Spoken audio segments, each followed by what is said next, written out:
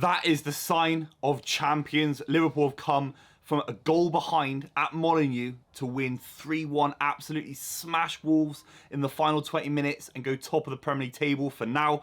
That is a massive, massive win, and it comes down to a one Andy Robertson, his first goal in over a season. Didn't score last season in the Premier League for Liverpool, and it was so impressive the way he drove Liverpool on and the way Liverpool handled themselves in the second half. I'll break down all the goals, all the big moments, where I think this leaves Liverpool going into the Premier League title race. The title race is on this Liverpool side. They look formidable. There's no question about it. If you're new to the channel, make sure you subscribe. Would really appreciate that. Let's be completely real. Liverpool were absolutely dross in the first half. They had a few moments. Gakpo had a couple of chances that he kind of ballooned, Jota as well. But apart from that, I thought Wolves were...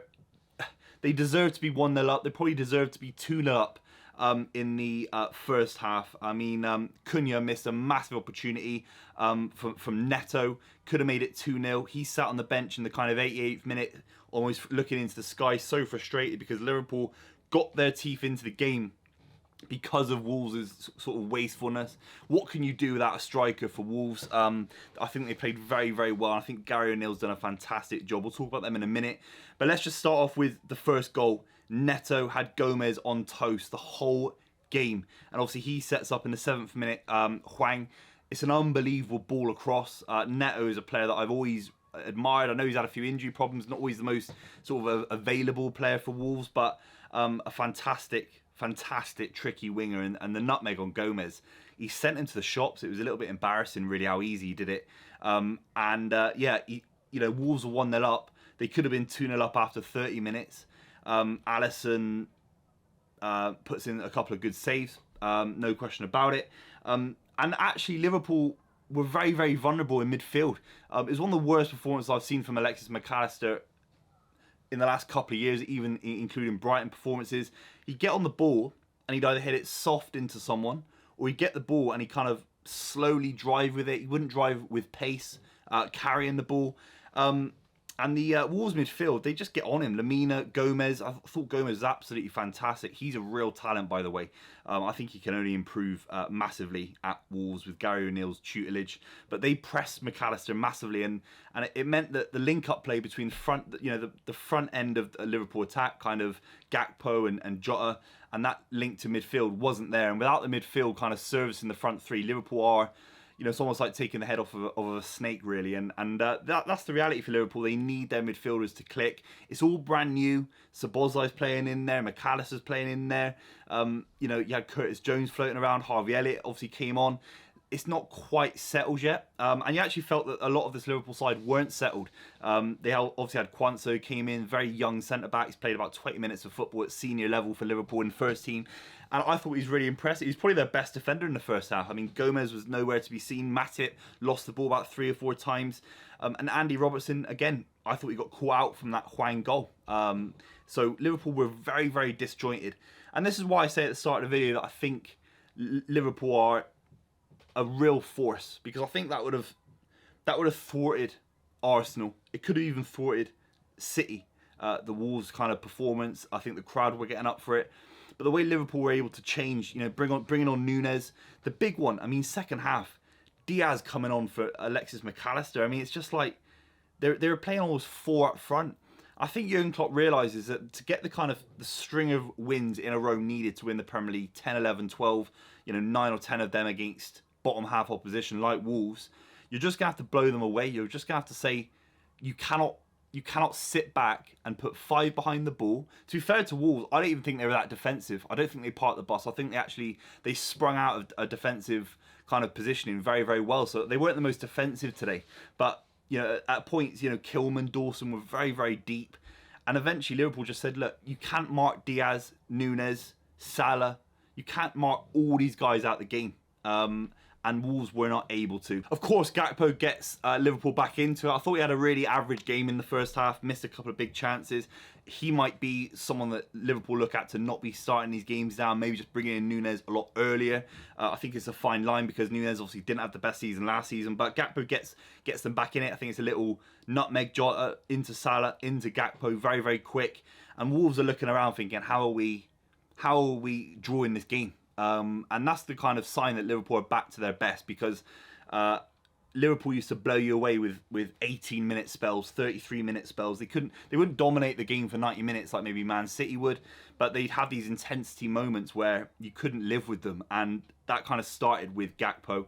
But it's obviously the Andy Robertson moment where last season I thought he was really poor. Last season I thought he was a bit of a passion merchant. Sometimes passion is the byproduct of quality and being that kind of world-class defender that obviously we know Andy Robertson to be. He's won everything with Liverpool domestically and in Europe, of course. But last season I thought he was defensively very, very fragile. Didn't get forward and help the team. Obviously didn't score in the league last season. So I felt he was a little bit of a passion merchant, a bit shouty. It doesn't always look good when you're not performing well, but still being shouty, in my opinion.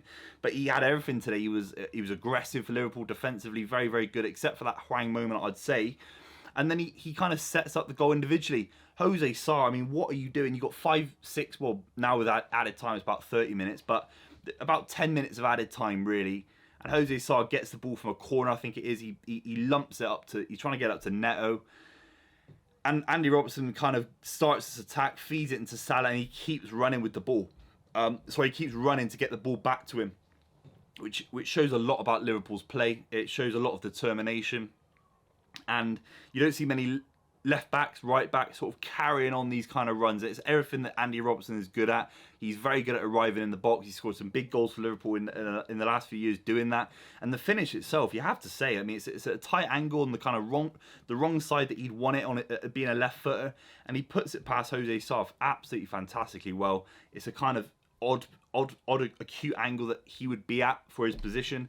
And he did very, very well. Salah providing 200 goals and assists in the Premier League, so he was massively important today as well. And then Liverpool blow them away. I mean, it's a beautiful, beautiful Harvey Elliott strike. It looks like it's an own goal on the kind of score counter, but Harvey Elliott kind of gets a ball back from Salah again, and he drives the ball, and it came off the post. It was a nice little finish, but it might have been a deflected effort. Either way, Harvey Elliott was an improvement. And Liverpool's squad depth, again, I think they're starting 11. Why are you not starting Diaz? Why are you not starting Nunez? Is that down to the international break? I'm not so sure about that. I don't know enough about it. And Konate as well. I know he's come back from injury, so that's definitely for that one. But, you know, Konate, Diaz, these guys have to be starting the game.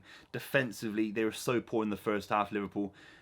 They cannot go this far into his Premier League title race, as far as I think they will, being defensively as ill-equipped as they are. Obviously, no Trent today, so that's an issue. No Van Dijk today, that's no one's fault. And Quansah was good. I can't blame Quansah. Alisson was good today as well, but the defensive setup for Liverpool has to be better. And the midfield for me, I think Curtis Jones went a little bit missing at points. McAllister got into the game as it went on into the later stages of the second half. So Szoboszlai was fantastic, but the link up between that front three, if you can get it right, Jurgen Klopp, that front three is absolutely devastating. Nunez, as soon as he came on, he had so much space. He finds space. It's because he arrives so early, so quick. Everything he does is quick. So when the ball comes back to him, he kind of gets to things earlier. He gets the second balls earlier. He kind of breaks away from people. One of the quickest players in the league. One of the quickest players I've ever seen, really. And it means that Liverpool got this amazing opportunity to be electric all the time and be proper, like, kind of gegenpress Jurgen Klopp style football.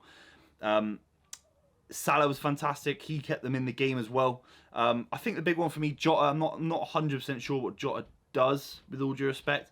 I think for me, you're either one of two. You either go full physicality, full electric running, and you take risks and you stretch people and you have this physicality, or you're a cute, smart player, maybe like a Bernardo Silva for Guardiola, keeps the ball, plays the smart pass, keeps the tempo of the game up.